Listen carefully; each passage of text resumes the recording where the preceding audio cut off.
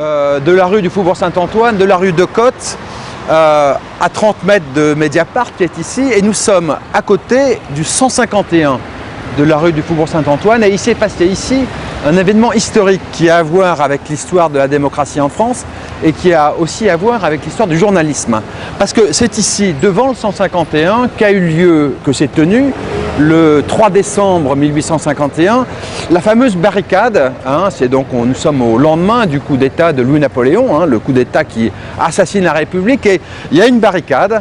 sur laquelle est tué le seul député qui sera mort au moment de ce coup d'État, qui est Alphonse Baudin, vous savez,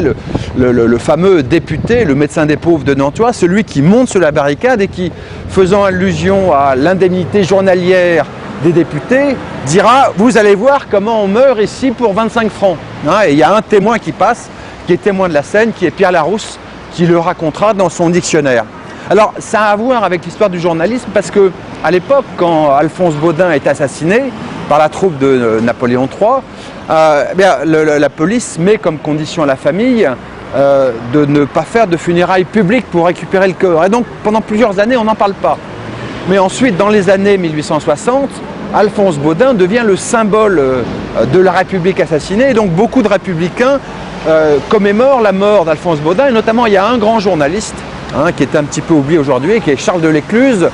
le fondateur d'un journal qui s'appelle Le Réveil, qui en 1868 décide dans son journal Le Réveil d'appeler à une souscription publique pour ériger une statue à la mémoire d'Alphonse Baudin. Il sera traduit en procès par l'Empire et il y aura un jeune avocat totalement inconnu à l'époque, qui a 28 ans, qui fera une plaidoirie formidable pour défendre le journaliste Charles de l'Écluse, et à cause de cette plaidoirie, il deviendra immensément connu, c'est Léon Gambetta. Or, l'histoire se termine de manière dramatique pour Charles de l'Écluse. Non seulement il ira en prison,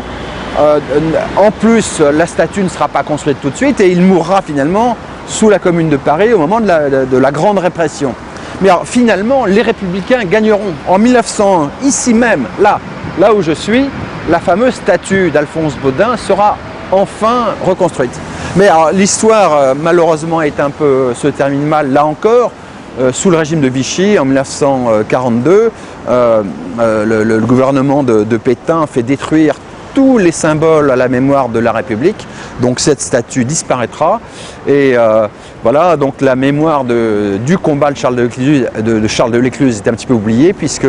même le maire socialiste sortant, Bertrand Delanoë, n'aura pas fait reconstruire la statue d'Alphonse Baudin, et donc c'est l'un des grands symboles de la République qui a disparu à 30 mètres de Mediapart.